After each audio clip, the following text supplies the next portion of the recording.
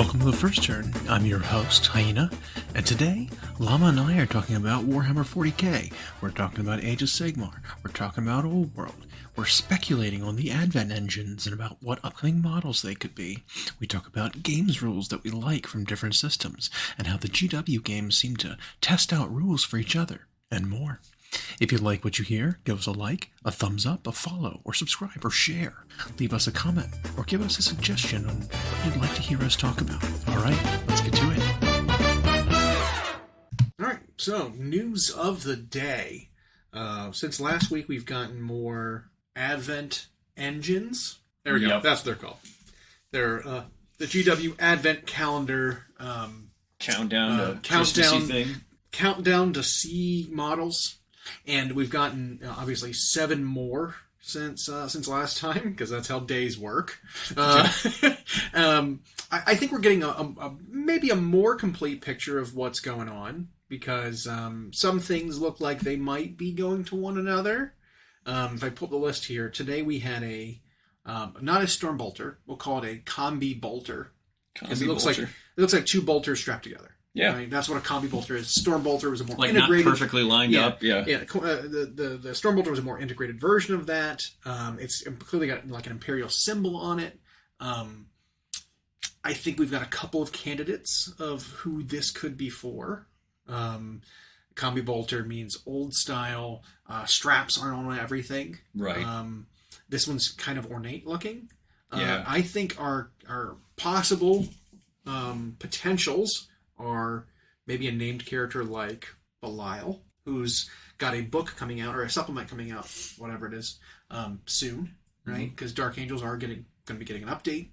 We've gotten some other characters updated already. We've got Azrael. We got the Lion, obviously. We got the Interrogator Chaplain.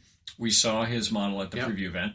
And then now we've got... And Lazarus exists. He's not old. Yeah. And then what's the other bit of Dark Angels? Well, it's the Deathwing, which is the Terminators. Mm-hmm. So if they got the Grandmaster Deathwing guy, Belial, I could see him getting a new model, and that's part of this. Yeah. To lead the new Deathwing Terminators. So... Yeah, there's Belial, there's the Master of the Ravenwing still, I don't think has a recent thing. Samael. On his little, jet bike. And then they also have Ezekiel. Is an old fine cast. Yeah. Libby. That's potential. But I feel like maybe a couple bits that we've seen Bolter here. style, though, you could be onto something there. I think a couple of bits we see here could be for that model as well. Maybe the weird, scabbard, strappy thing could be for him. Okay. Maybe the cape could be. Maybe he's got a fur cape now. Who knows?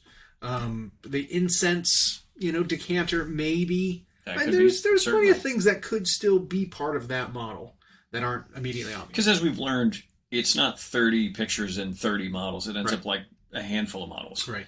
Or the other option is, that Storm Bolter or Combi Bolter still absolutely could be for a Terminator Interrogator or a Terminator armored Inquisitor, something like that. So we still could see a Coty as. And I think it's clear that it's been photoshopped like so many others, where there's just details missing right behind it. Yep. That we can't otherwise get. So it could be that.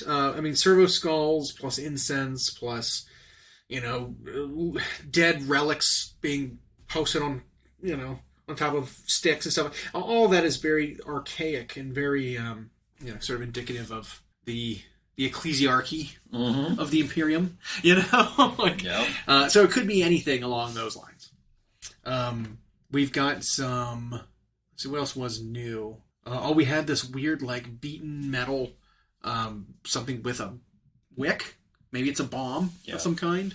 The wick is lit. There's a few different armies that could fit for.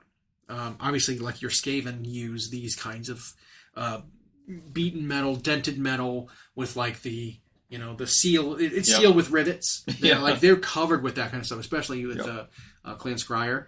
But there's a lot of orky stuff. I didn't realize until I was looking at it how similar a lot of the 40k orc stuff is to Skaven stuff. They have a lot of the similar kind of aesthetics, like really ramshackle, contraptions that they've kind of put together. So, I mean, it could be that too. The Red Gobbo recently we saw, the Christmas one, was standing around with lit fuse bombs. The Skaven kind of don't use this type of bomb, but, maybe it's a shift. I mean, I could actually see that. But, it could be orc, could be a goblin bomb of some kind. And it could end up something that's wildly unrelated somehow.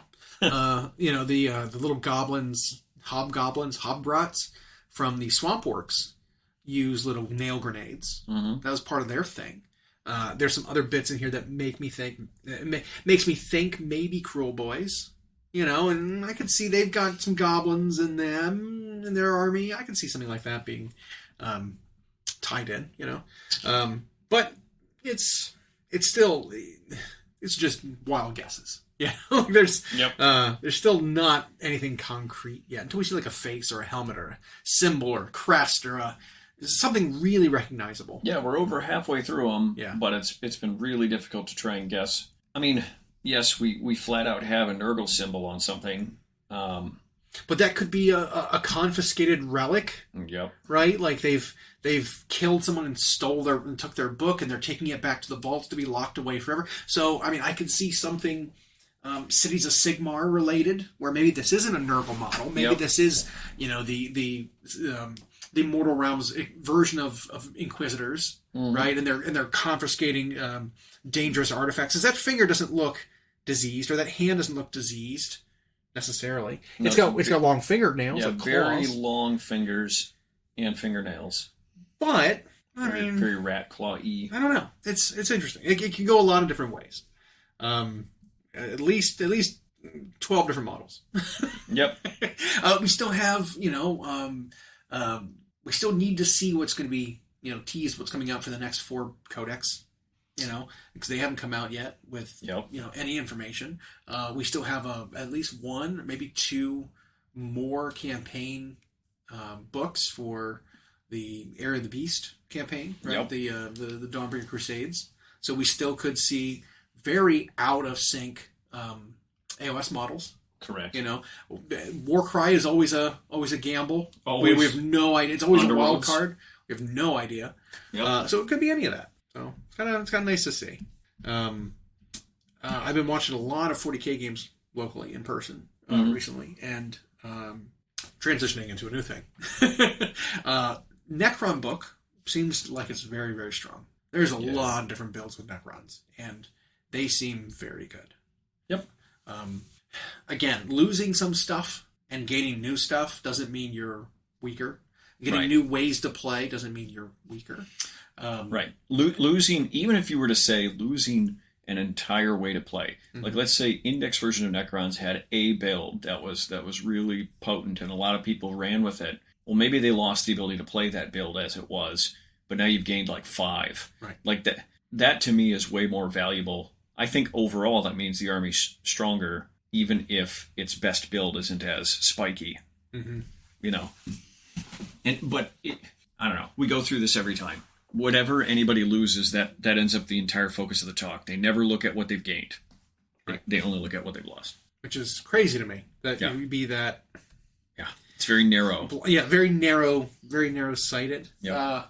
Because, one thing that I love doing is thinking of, well, I like this unit. How can I make it work? Yep. Inside or outside of a meta build, whatever, how can I make this thing that I like work? Yep. And often it's I can't, but it's not always. Sometimes you can come up with a sneaky way to make something really good, and it's something that people don't expect. It's something that, when you're talking to a meta player, you say, hey, what about this? And they just blink at you that's like they've never considered it before. Right. There's plenty of times that's happened. But it's funny just how quickly people say, it's nerfed. When it's you need to look at the bigger picture here. We'll look at the different combos and stuff, and it's there's more going on than what it appears. I mean, how often do we see that when we're like, this is going to be bad, and then you start playing it, and you're like, actually, this is really, This is really really good. good. Tyranids was like that, right? Yep. The feeder tendril high, whatever that one's called, the one that regenerates monsters' wounds and models from the feeder brood. Turns out it's actually really, really good. You know, people are like, oh, only 3 units are affected. It's like, no, 3 units are the nodes so that everything else is affected. Yep. And it turns out that even though there aren't written buffs for most of the army, it ends up healing a bunch is really good, as it turns out. The Endless Swarm for Tyranids is apparently crazy good. And at an ITC event near Boston last weekend, it was one of the 2 armies that went 5-0. Right. And it is a little unwieldy. I mean, you're running hundreds of infantry, Mm-hmm. but it's very potent. It's almost a meta call with what a lot of armies want to do in terms of stretching out and controlling centerboard for objectives. Like, it does it better. And then it's hard to get into them the same way because the gaunts can back up when you get close, and then you're dealing with the other ones, and then Tervagon Mother just poops more out. And well, what I think is really funny about it too is it's running Hormagaunts. Yep. Which, I mean, again, communities all around said are dead. Like, Hormagaunts are the most useless models in the army, and it's like, well, actually, you run 2 units of 30 of them. 20. 2 units Can't of run 20, 30. not 30. Yeah. 2 units of 20 of them, max units, and it's like, that's a lot of Hormagaunts. And you can at least for one turn really pimp one of them out. Right. And you know, you and I talked about liking them at first, and just like you pointed out, the whole internet was like, nope, they're terrible. Here's the funny thing. Since they declared that, nothing about them has changed. They've gotten no change in rules. They haven't come down in points. They didn't get any new buffs. None of their other units changed that support them. It's funny how that works, isn't it? Their detachment didn't change. Nothing. In fact, nothing else happened to the 40k meta other than Space Marines got their codex since then. Like, and I guess now Necrons and Admech have it. But all of a sudden, Hormagaunts are reasonable because for their points, they're extremely fast, good at stealing an objective from someone, and you can actually, for a turn, make them fight pretty well. Lots of attacks, you're fishing for 6s. Pretty great. Yeah, and the Termagants we knew were decent when you put like the Spine Fist on them, because then they get assault, pistol, multiple shots. They can move, advance. They can drop out of range of something that's trying to come at them. And then again, you can make a unit of them kind of tough for a turn, and the Tervagon can bring some back. And yeah, so you just have to be quick play in the army, I'm sure. But that person 5-0'd with them, right? So it's a lot of bodies. It's so many bodies to get through. Yeah. Especially with Devil Wounds getting that, and what we've talked about in our community is like everybody's playing. Well, you have to be able to kill the monster in the vehicle because the monsters in the vehicles are so good, and you don't need to worry about killing infantry. Other infantry is good at killing infantry, but why do you do that when your damage 4 gun or whatever does it? It's like, well, yeah, but now when you have 120 bodies, you better have 120 shots that go through. And you know suddenly you have your low volume of high strength firepower. Yeah. It's kind of worthless against that stuff. Yeah. So that Tyranid army's one weakness, I would imagine, is it doesn't bring a lot to kill the really big stuff. It might just ignore it. It might have the turn where it relies on lethal hits or something, just making them make saves. So, but man, that would feel bad to try to do that into something that has a 2-up save base. You know, it's like how many saves you have to force on a 2-up save to kill a 15 wound thing. Yep. Like, it's like, ugh. And so the army probably does it a couple. Like I said, there's a couple turns where you can spike the rend or the AP on some things, and then you can still do their battle shock shenanigans that used to be irrelevant, but in the Tyranid army is good because it doesn't matter if a unit runs away or can't do. All they have to do is fail one somewhere, and now a bunch of rules happen. You don't care about them not getting stratagems. You don't care about them not having OC. You get buffs versus it if it's if it's afraid. Yeah, that's nice. But yeah, I mean, so the Necron book, Tyranid book is fine. Yep. Space Marines, we've already talked about their problems and how they need I think they just need static fixes because just their equipment is bad. It's because it's like they didn't account for toughness going up across the board when they wrote the Space Marine book. Yeah, we talked about last week how the Space Marines are still forever stuck in the 4s across the board thing. Yeah. And they're so afraid to like make that different. Yeah. So, I mean, the Space Marines have their own issues, but I think Tyranids are great. Yep. I think Necrons are absolutely A tier. Yep. They're great. AdMech, I'm not sure on yet. Yeah, I haven't read it. Mostly because I think their army rule is still really weird. It's like there's a duality to their army rule. It's either you get an offensive and a defensive buff, or you get a defensive buff and an offensive buff. Like both modes you've got some sort of benefit, but it's you can't like use both benefits simultaneously. Okay. It's really bizarre. So the one mode you do is some protector protocol, whatever, where if you sit still, you gain heavy on your weapons. Okay, all weapons gain heavy.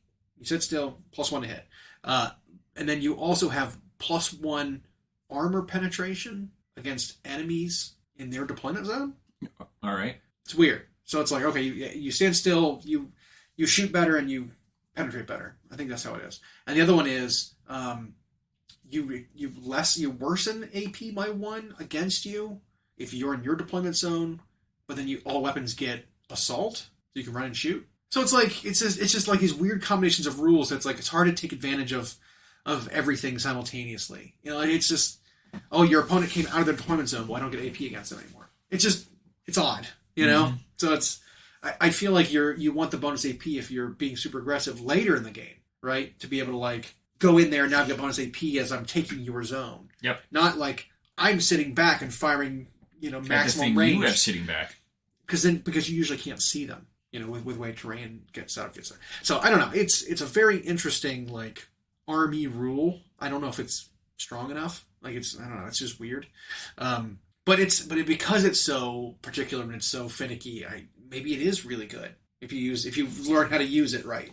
I don't know. It's very strange. I don't know AdMech well enough. Yeah, but they suffer from a lot of really low, tough bodies. They suffer from just weapons that aren't quite strong enough to be able to force enough saves. There's not quite enough AP in the army. If you want to deal with armor, you have to take the ion weapons or their EMP, or whatever, anti-vehicle, like 3+, 4+, whatever they are, to be able to force saves on vehicles. And there's plenty of those guns, but like their plasma that they've got is kind of worthless because it's the same issue where it's like it's just not quite strong enough to be able to punch into vehicles or monsters. But it'd be great at killing infantry. But the opponent might not have a lot of infantry, so it might not be super useful. I don't know. It's just a very interesting army. I need to see it played more. I've seen a lot more Necrons being played recently than AdMech since the books came out. So we'll see.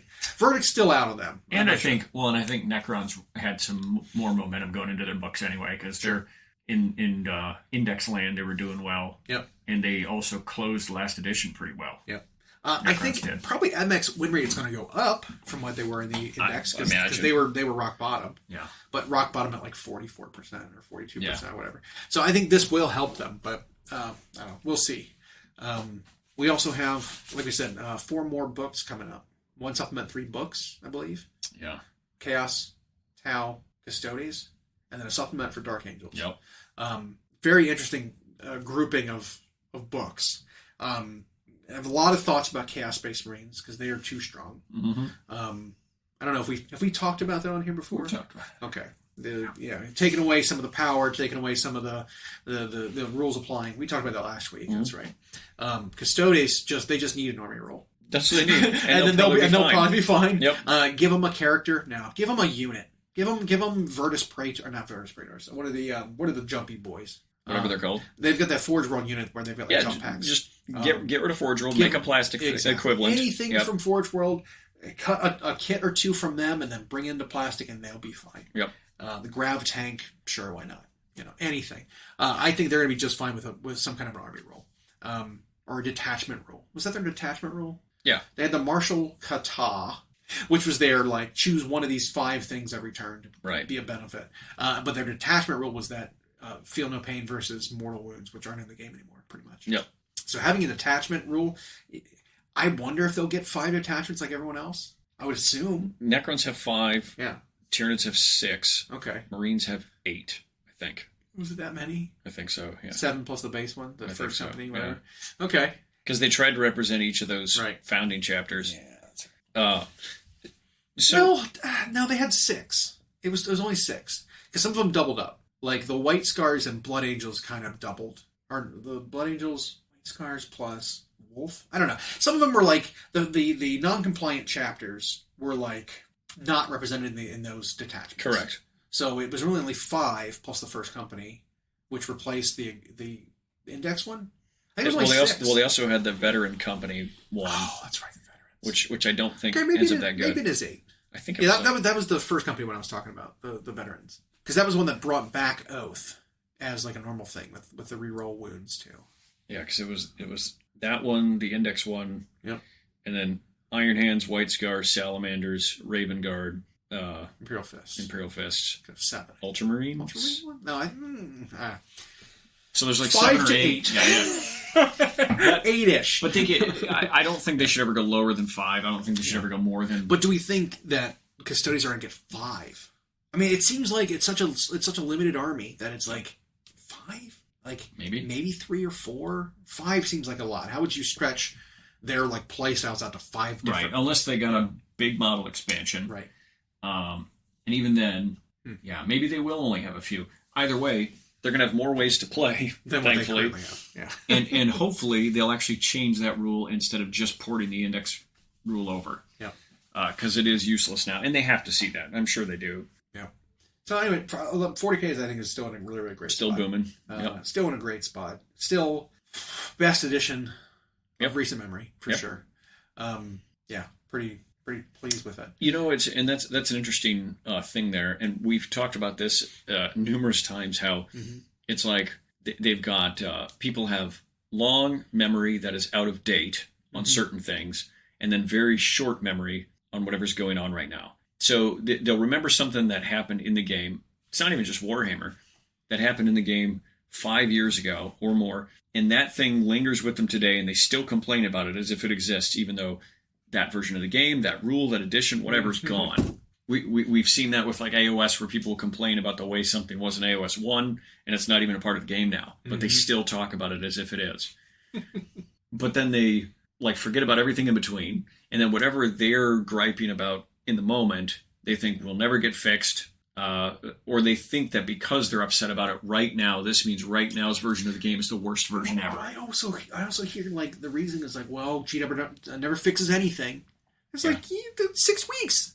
They change everything. Like that's the longest period anything goes before they get fixed now. Like, what do you mean they never change anything? Yep.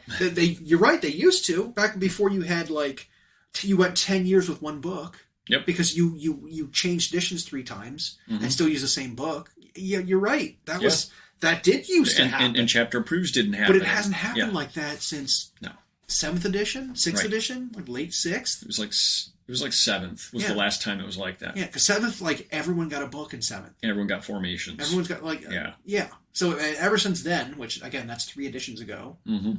Like that was a long time ago. Got 3 years per edition or whatever. Yeah. Like it's been a while. A long time ago. Things have changed pretty quickly. Yeah. Things get fixed, things get errata, things get updated, points changes. It's not a valid complaint anymore.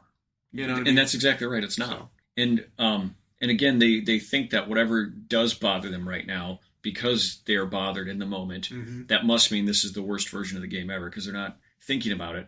And we could have a 2-hour-long episode reciting what was bad about previous editions. Oh yeah, that dwarf anything. Just some of the stories of the things we'd encountered with old editions, where it was just, it's not even like there's an imbalance, like Chosen versus a Space Marine, that the points cost to what they do is laughable. Well, that's a balance issue. It's not that the rules don't function, but you had whole editions where rules didn't function, or a book was so out of date that it functioned funnily in the new thing. You had to imagine how it works in a new edition, because the stats don't line up with current edition's stats. Like the rules that they're citing don't exist anymore, so you have to like just guess how you're supposed to play it. Sisters were like that, and luckily for them, they were, the stats were still similar enough that you could just like play them. But they didn't have an army book. Nope. You just like, I'm going to play Sisters of Battle. It's like, okay, less tough Marines. Yep. Neat. That was it.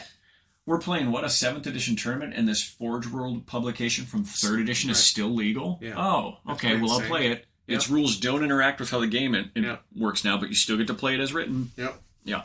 Pretty funny. And so you'd end up with just really weird, not functioning interactions. That is not the state we're in. What? You can deploy your Typhon super heavy siege engine on top of a landing pad? Sky or what's it called? A Sky Spear landing platform Yeah. with the doors up, so it has a 4-up invuln. That's neat.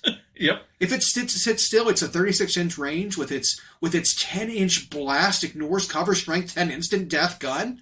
Neat. I'm playing with nothing I have in my army is higher than tough 5. Yep. And I have an Aegis defense line, which gives me cover that you ignore. Yep. Cool. Everything under the pie gets hit. Okay, my army is dead in one shot. Yeah. That kind of thing. It was absurdity. Wait, this counts as this Necron pylon array counts as a unit, so I can teleport it. You can teleport 3 buildings. 3 buildings.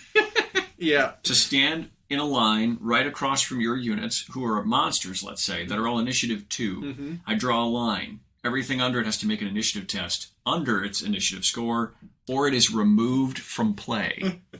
Not takes wounds, not gets to make a save. Dies. Just pick the model. Just up. dies. Yeah. And how many models, monster models did you have under that line? Like 7? The popular list was like 7 or 8. Yeah. All of them. 1 survived. Had 1 survive. It was insane. Yep. Insane. And it's like, but that's just because you had stuff where you're right. Rules had to be imagined how they worked because they never got around to FAQing. And then stuff that was really undercosted or really overcosted stayed that way for a whole edition because they didn't do points changes. Yep. And then those rules clearly weren't meant to play together, but they didn't errata to say this one's gone or fix it. So you just had to deal with stupid stuff like that. Yeah. Just things that were bonkers. Hey, speaking of old rule sets that just didn't work very well, we got a teaser, if you will, from a leaked photo of an old world starter box for Tomb Kings. Yep. The contents of the box have been revealed through this, and it looks like it's a warehouse worker taking a stack of... it was like moving a stack of the boxes and snapped a photo. So they're all like laid out on assembled boxes, but the print shows in very blurry, but I can still kind of make it out, the contents. So not just the photos, but it's a list as well. It does say there are 93 models in the box, which is hefty. Yeah. That's a lot of models. I mean, nowadays a starter box comes with, look at the AOS ones. Fuck. Let's see what came out recently. The Flesh Eater Court box is coming out this weekend. It contains 20 infantry models, a small monster, 1 character on foot / wing, 3 of the new Moorbag Knights, 3 large cavalry, 20 infantry, 2 other models, 25 total models. That box is $200. It's a $200 box. It comes with a book, and it comes with some gaming aids and stuff with it, and dice and maybe. But 25 models. This one is a 93 model box with the core rulebook included. Plus like your templates and your measuring sticks and some dice and some gaming aids. Like, this is a full army box. How much do you think that's gonna cost? But what I also wonder though, is what the points cost system is going to look like, and if you wanted to play Tomb Kings in the old world, is that actually going to be a 2,000 point army? I don't think so. I'd be like 800 points. Yeah, like that's my thing. Right, because so here's the contents. It's coming with the new Gator Dragon. Yep. Which is called something like, I just zoomed out. It is called, it's too blurry. It is a something on Necrolith.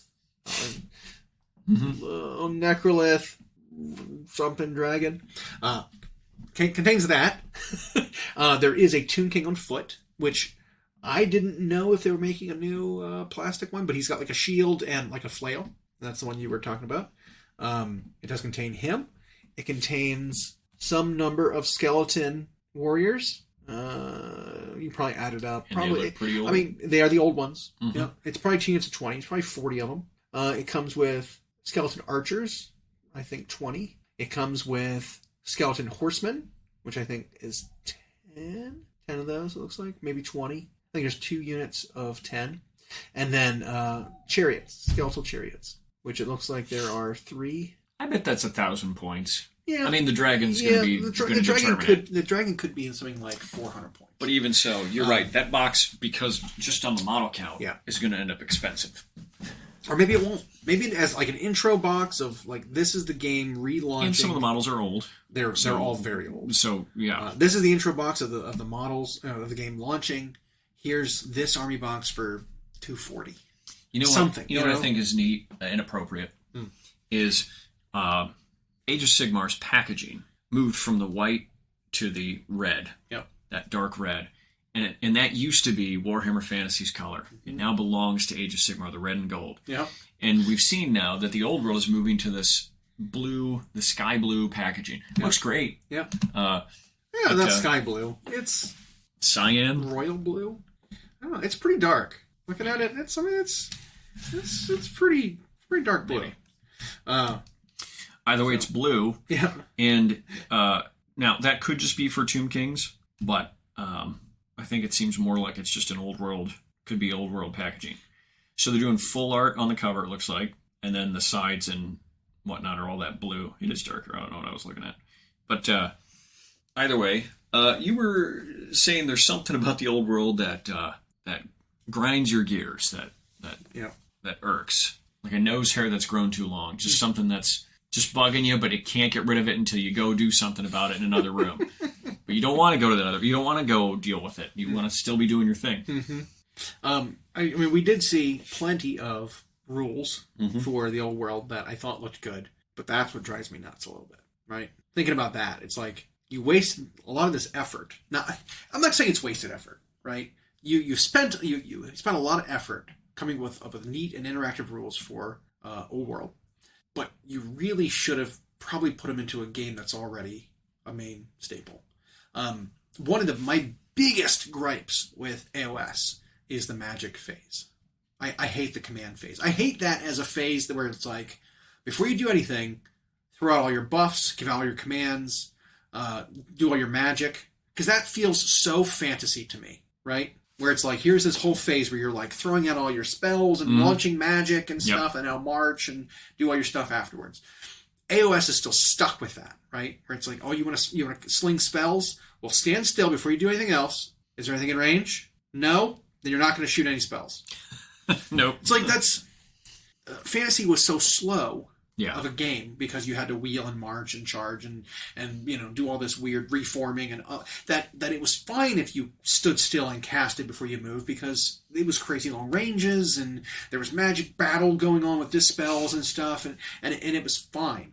AOS needs to have rules for magic similar to what Old World is going to have. Okay. And that is the phase that's relevant. Mm-hmm. You cast your spell when you need to, right? So there's no more phase where you just cast spells. If it's a shooting attack, like a fireball, you use that in the shooting phase, right? If it's a movement ability, you cast that spell in your movement phase. Like 40k functions a little more like that right now, right? But spells in 40k are not spells. They're just they're just abilities. They are, but it's similar. But you're using them at the relevant time now. Correct. Yeah. And so I like this as a concept of using them when it's relevant. Mm-hmm.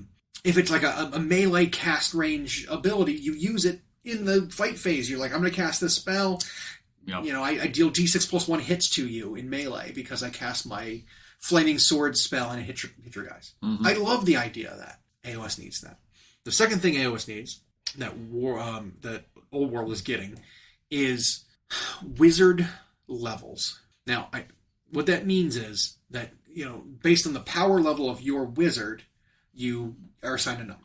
Didn't AOS used to have that sort? I thought. I mean, no, not really. I mean, it was. You could kind of tell how powerful your wizard was based on how many spells they could cast. Yeah. If you were cast 2 Unbind 2, you were a more powerful wizard than a cast 1 Unbind 1. But some wizards that can only cast 1 spell would be like, you have +2 to cast this spell. When you're 2d6. Or like Nagash is like, well, I'm full health Nagash. I get +3 to cast and Unbind. Yeah. Right? In this rule set, Nagash would, in that case, would be a level 3 wizard. Because you get +3 to cast. So that's kind of what the wizard levels say, is you get flat bonuses to cast your spells. We don't know about how many spells you're allowed to cast, that kind of thing, but I wish AOS had that. Because then you could flatten it to say, this character is a more powerful wizard Therefore, they get these bonuses to cast all the time because they're that level of wizard, without tying it to having a special rule. Because they forget to put that special rule on some characters that need to have a bonus to cast. You know what I mean? Like, Nagash has a +3 to cast and unbind, but a powerful wizard like Teclis, if he just chooses to cast a spell, gets no bonuses. So Nagash for like, haha, dispelled. Yep. I mean, now he has a special rule that allows him to auto-cast with no cast roll necessary. Yep. And no unbind possible, which that's a different kind of mechanic, but making it like flat and like making it so that like you could just like look at it and say, okay, I know how strong this wizard is based on their spell level or character wizard level. Like, I think you could more easily balance and evaluate the power of wizards in AOS if they did something like that. And then just get rid of all the rules that say you get +1 to cast with this guy. He gets +1 to cast spells. It's like, no, you're level this wizard, you get this. And then you could like adjust spell, casting values accordingly if you wanted to, or whatever, They used, in 2nd edition Warhammer 40k, with the Dark Millennium expansion, they used to have Psyker levels also. I don't remember what they did, but you had particular characters like Ahriman or something who was a Psyker 3 or whatever, and that meant something as opposed to a Psyker 1. In old fantasy, the wizard power levels meant how many spells you knew. That might be and right. I think how many total dice you were allowed to allocate to your spell from your spell pool. Because remember, you had spell pools before. You'd roll, and I get this many dice. 12 dice to try to cast. I'm going to allocate this 3 to this spell, this 7 to this spell, whatever. All that's gone. So I'm glad about that. Yeah. That's nice. But that's a mechanic that I'm like, I'll keep my eye on that mechanic because I like that a lot. They also are bringing back Universal Special Rules, and they were showing some of those. Again, I wouldn't mind if AOS was a little more complicated, right? I like the idea of universal rules. So you're not just like coming up with a rule and then defining it on the character's data card. They brought them back in 40k 10th, and I like most of it. There's not. I mean, the framework is there. There's not enough USRs in 40k. There's only a total of like 10 total. And they can make it way more granular and way more like things that are abilities could just be universal special rules. Like Hammer of Wrath. As a special rule could be like Hammer of Wrath X. X is the number you need to roll to deal mortal wound per model. That kind of thing. Right? Because there's so many things that have that type of effect. Right? Dreadnought. Brutalis Dreadnought has a Hammer of Wrath type effect that isn't tank shock. But it's defined of what it is. And you could just say, well, it's got Hammer of Wrath 4+, and then have a special note that says, when this model uses Hammer of Wrath, roll 6 dice. Roll 6 dice for Hammer of Wrath for this unit. Something like that. Instead of saying, well, when this model charges, roll a d3 for every inch you move, or whatever it is. Like you're just redefining what it is. Because the most simple form of that rule is on the Jump Pack Assault Intercessors. They straight up have. I think it might even list Hammer of Wrath on the thing where it's like if you made a charge, every model on a 4-up is a mortal wound. Well, that could just be, like I said, Hammer of Wrath 4. Yep. Done. You have a section in the BRB that defines Hammer of Wrath. Exactly. Yep. That kind of thing. So when Old World's coming back, it has things like countercharge. It defines what that is. And you just have like, here's my unit. I've got these 10 things. I've got Armor Bane 6, or Armor Bane 1, whatever. So if I roll a 6 to wound, I'm +1 to my AP. We did, I know Moose and I got a little bit of PTSD when they were showing that they actually have the fear, terror, frenzy, all that shit. I know. Because yes, they created USRs for them, but those rules, at least as we read them, still function the way they used to. Now, they did change it so that it's a little nuanced difference, right? So, especially with like breaking and losing combat.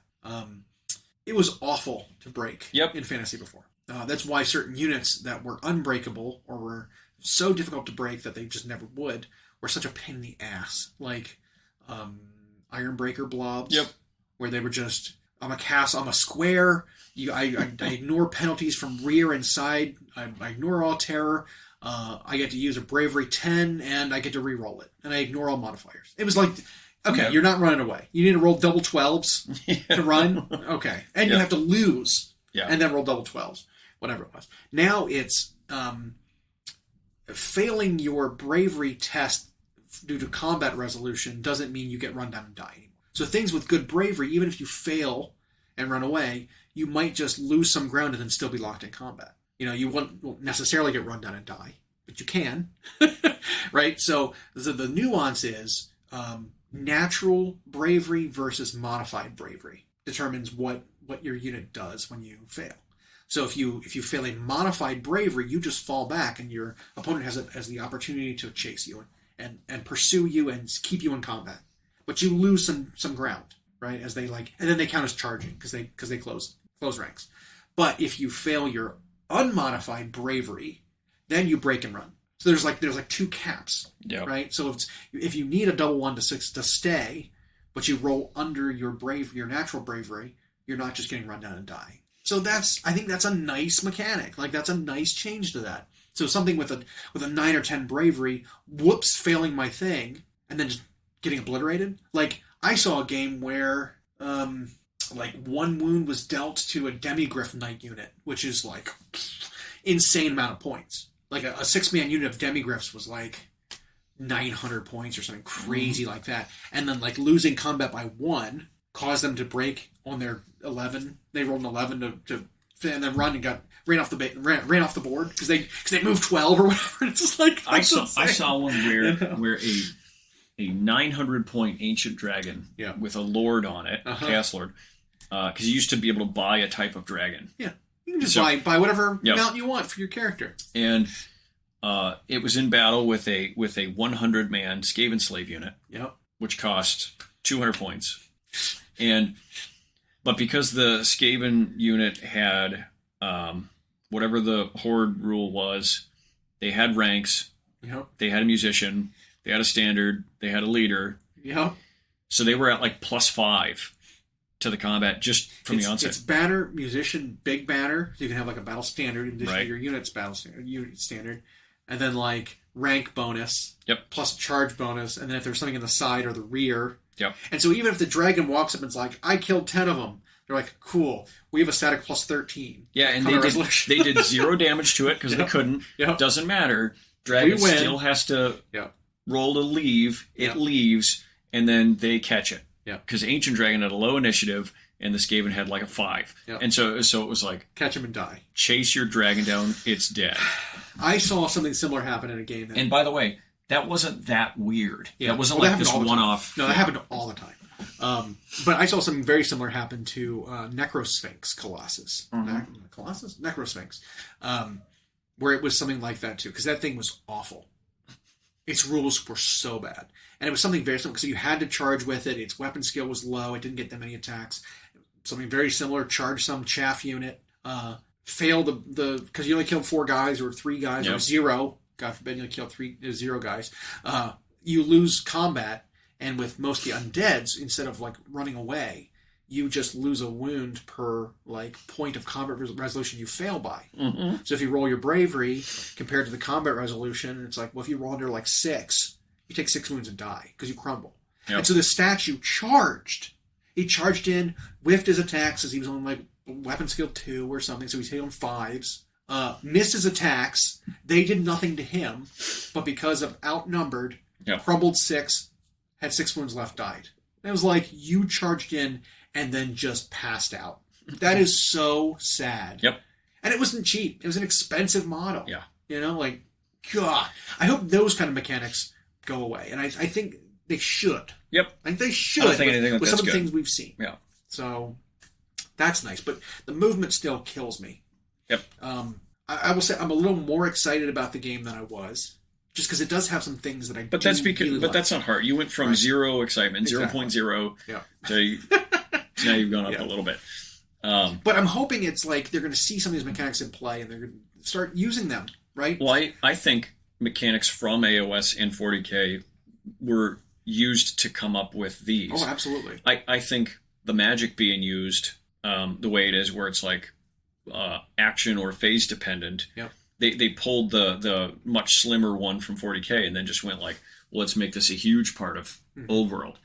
And so I think we're going to see more of that, because we've seen that the game's used as testing beds for each other. Absolutely. And that's probably a good thing. We saw something weird in AOS back when they made the change to, what was it?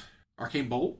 Yeah, they made a change to Arcane Bolt, where they said Arcane Bolt is too hard to use effectively because you have to be within 18 to start with before moving. And it's either too strong because you can just like pick out characters and blast them for mortal wounds, or it's not useful at all because you can't get in range to use it. We're going to change it so that it still has the range you want, but you can unleash an arcane bolt at the beginning of any phase. You like charge it up and hold it. You got it there in your hand, one arcane bolt, and at the beginning of any phase, you can zap somebody with it. But if you get within 3 inches or 6 inches, whatever the short range was, instead of being 1 damage, because they reduced it from D3 to 1, if you get within that short range, now it's D3 again. And so it's like, okay, well, this reads to me like you just should cast this when you get in range in a different phase. Yeah. Instead of like casting it, holding it, moving, and then blasting. It's like, why not just make it so that I get in range, I'm going to use my arcane bolt here in combat and just shoot you. Right. You know what I mean? Instead of like the plasma pistol from Halo, you're walking around with it just fully charged, shaking, waiting to blast.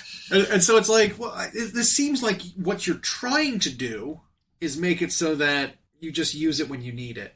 This is just a roundabout way of doing it.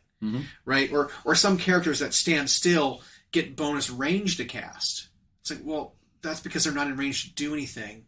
Because your spell is too short, you should just be casting this later, after you've moved. Like, I wonder if there's going to be some sort of changes like this that we're going to see when AOS 4, right? Which it shouldn't be that far away. I mean, probably next summer at the earliest, but I mean, it could be next summer we get a new edition, and maybe there will be some changes that drastically shake up the game, right? Yeah, and what a big year that would make for it. If you kick off the first quarter and you have, or it might be spring, I guess you have 4 codexes or whatever for 40k, and then old world stuff starts dropping. Yep. And they might just start off with 2 army boxes and a rulebook. That might be how they start for a while. And then they'll probably come with an index for old armies to be able to play. Right. But these 2 army books, or just armies, not a book. Right. Maybe. Who knows if they're going to have the unit cards or something. Books. I don't know. Yeah, are they going to have books? I don't know. But 2 new army boxes with a rule book, and then here's the index of the rules for all the old other armies that you can play and can integrate in. It might end up like one of the really old versions of Fantasy where all the unit rules were just in the rule book to start, and then maybe indexes for the armies. Yeah. And then if that's the case, and then you get to like summer, and all of a sudden an AOS 4 drops. Like that's a big year. Yeah. And like I said, my wish list for it is some USRs. Start redefining this stuff in just basic terms. Well, it makes I think it makes every game cleaner. Yeah. To have that stuff. You also then limit the number of special rules in the game. Yeah.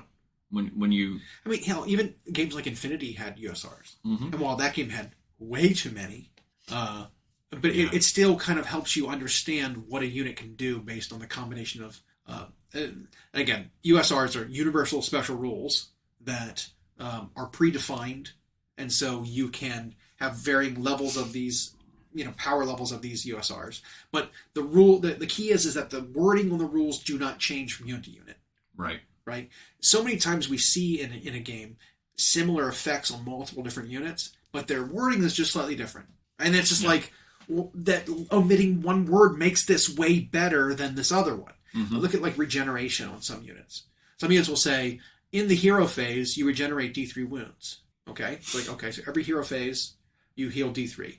This unit over here will say, in your hero phase, you heal D3 wounds. It's like, hang on, that's half as much healing, because I have half as many hero phases as hero phases. Right?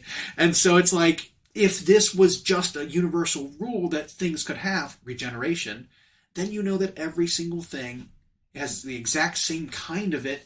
No other thing has a special, version of it unless specifically noted, And then you don't have to worry about gotcha. Mine has a better the USR could say regeneration X, sure, and then define it. Yeah. And then the X just is what different dice or number of wounds a unit can heal. Absolutely. Yep. That's the power level I'm talking about. It's like, here's the USR parentheses. Yep. If it's this like we see in 40k, right? Right now we have weapons that have Melta or Rapid Fire, and they've got a number with them. A Melta the number is how much extra damage you deal within half range. The Rapid Fire is how many extra shots you get when you're within half range. And it's scalable, because it could be any number in there. The Battle Cannon, the Rapid Fire Battle Cannon on the Knight, is D6 plus 3 shots, rapid fire, D6 plus 3. Like, it's absurd. Yep. If you're within half range, you get an extra D6 plus 3 shots. Yeah. Scalable, right? Yep. Love it. I love that. I mean, AOS could use it. Yeah, because then you rely on the scalability, yeah, like the cost and power level presented of the model, but the rules still define the same. Right. So you're not questioning it. But you're right when something says the or your. Yep. There's plenty of that. There's so much of that goes around. Mm-hmm. Some regenerations, as keeping on with that example, aren't guaranteed. Yeah. I mean, they got rid of that, thankfully, with like Trolls. Trolls regeneration kicked on a 4+. It's like, okay, half the time I regenerate a random amount that might not even be enough to fully heal my guy. Yeah. And it's like, let's just get rid of that. There's reliability, consistency, like that's where it needs to kind of go, right? And it could. They've started doing it with some things. I mean, ward save is now just a thing, right? That's the first USR in AOS was ward. Yep.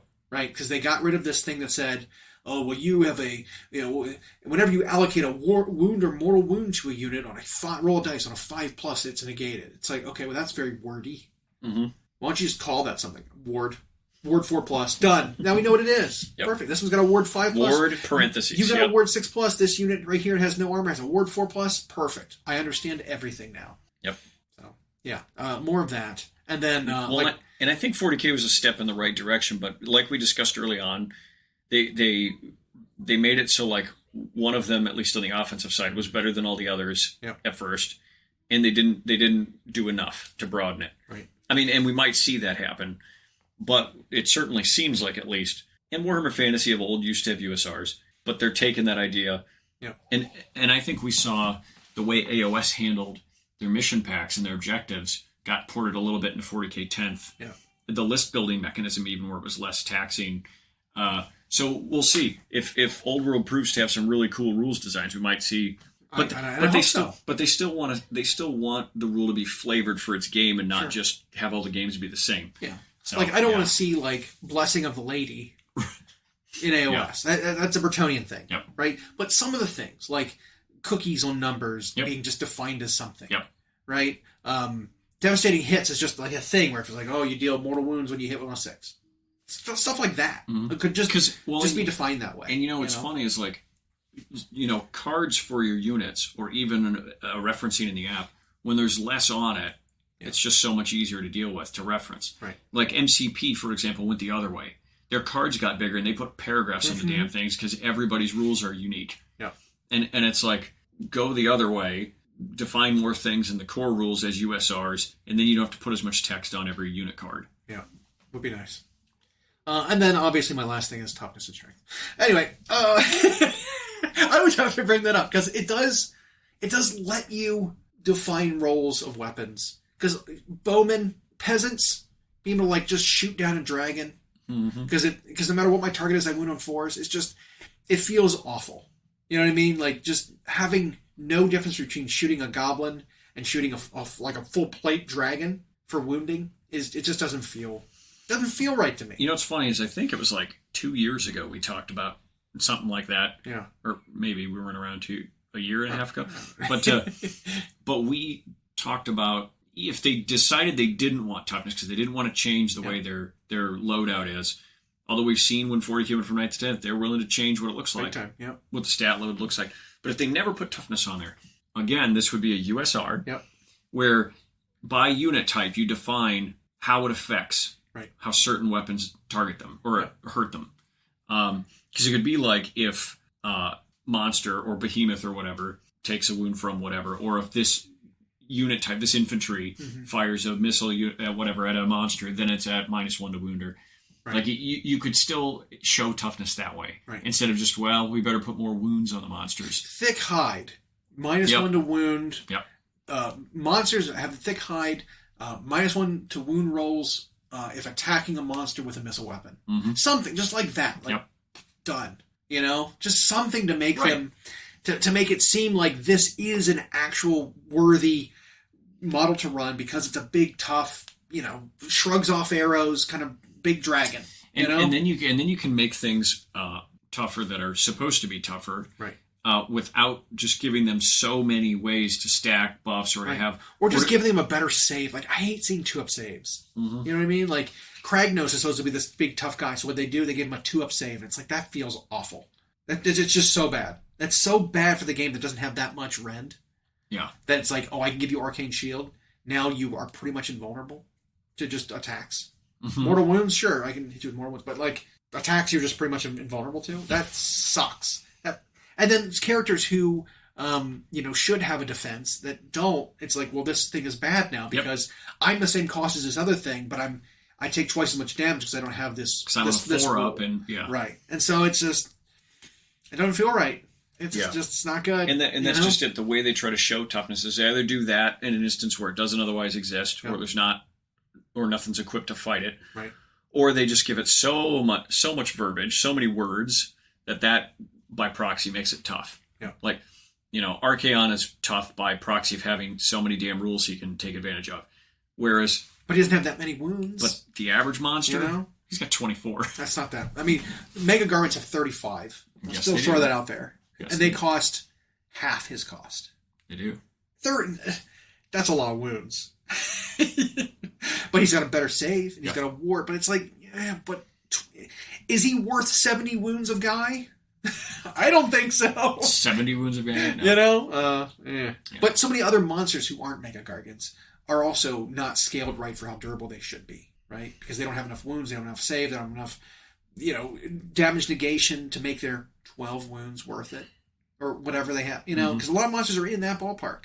Yeah, they're still in that spot they were when the game started, where they were in that 12 to 14, which seemed outrageous because everybody was used to things capping out at 10. Right. Yeah. So, but yeah, I'm hopeful that things will improve for some of these games based on this. So see, while I'm not looking forward to the old world, I think that at least if it's successful, it means that you have more opportunities for rules ideas to cross over into the other games. But I don't want it to be that successful.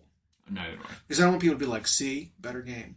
Or whatever, Yeah. So, because the funny bit is that it's kind of like being an atheist. Just put this out there, right? Because it's like, this is a weird analogy. I'm not going to make it. Never mind.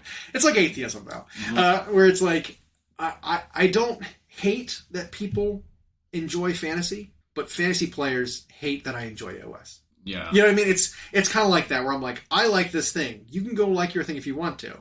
That's fine. But there's like bitterness when someone who likes fantasy is mad that it went away and is glad it's coming back towards me liking the new thing. You know what I mean? Yep. So... Well, and some took that platform about AOS in general, not even just the players. Yeah. They took it just about like, well, I'm going to be bitter about it because, by the way, I wasn't playing fantasy for the last 8 years it existed, but I'm going to complain. But then I learned it existed after it was gone, and I'm mad that it's gone now. Yeah. And so now they think, they realized, GW realized they made a mistake. It's like, well, from a business standpoint, they didn't. If enough people say, hey, we want to play this thing, it's like, well, we can give you something. Correct.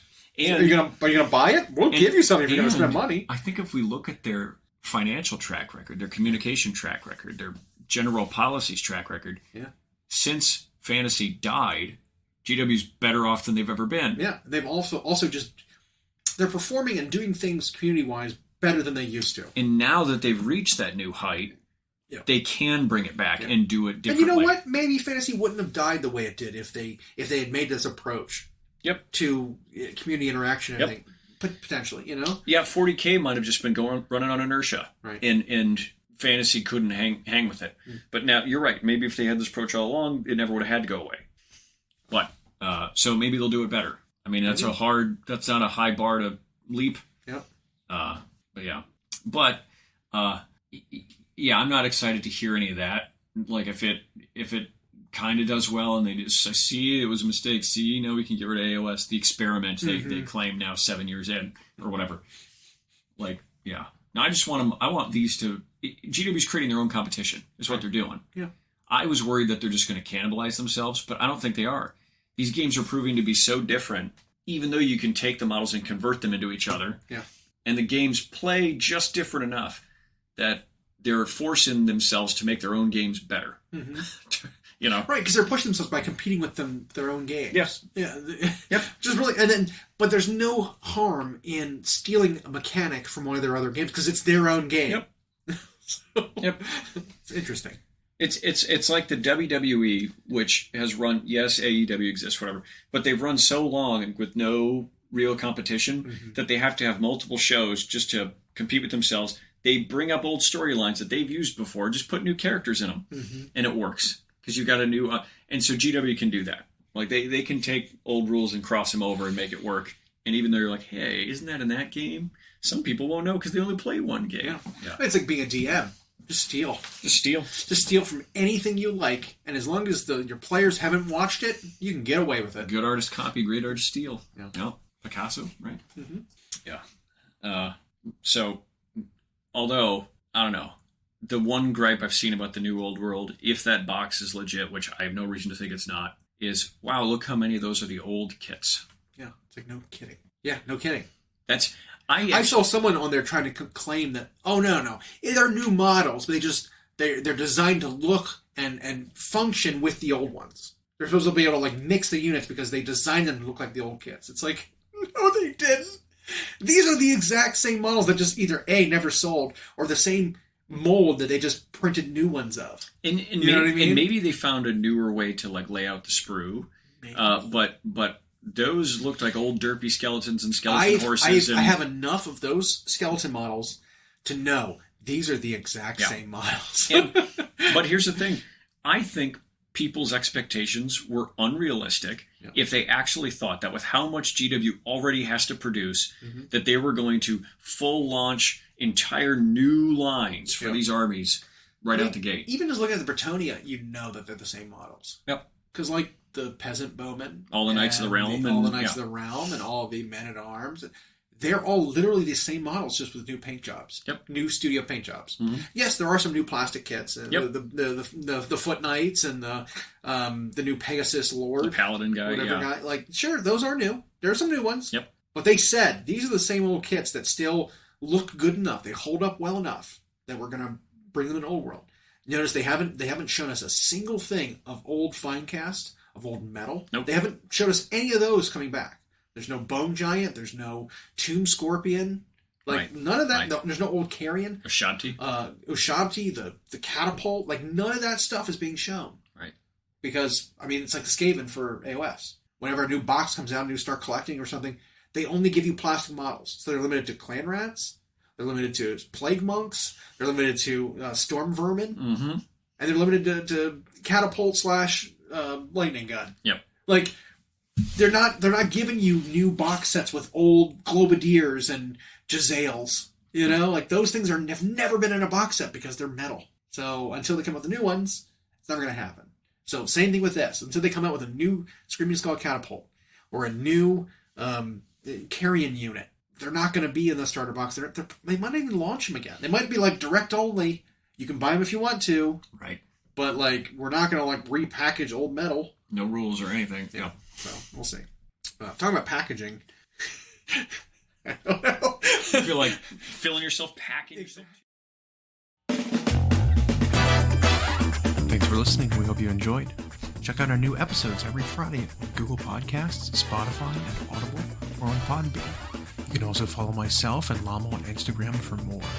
We are at Hyena Paints Minis and at Llama Paints Minis. Music provided by Kevin MacLeod at incompetech.com. And as always, we hope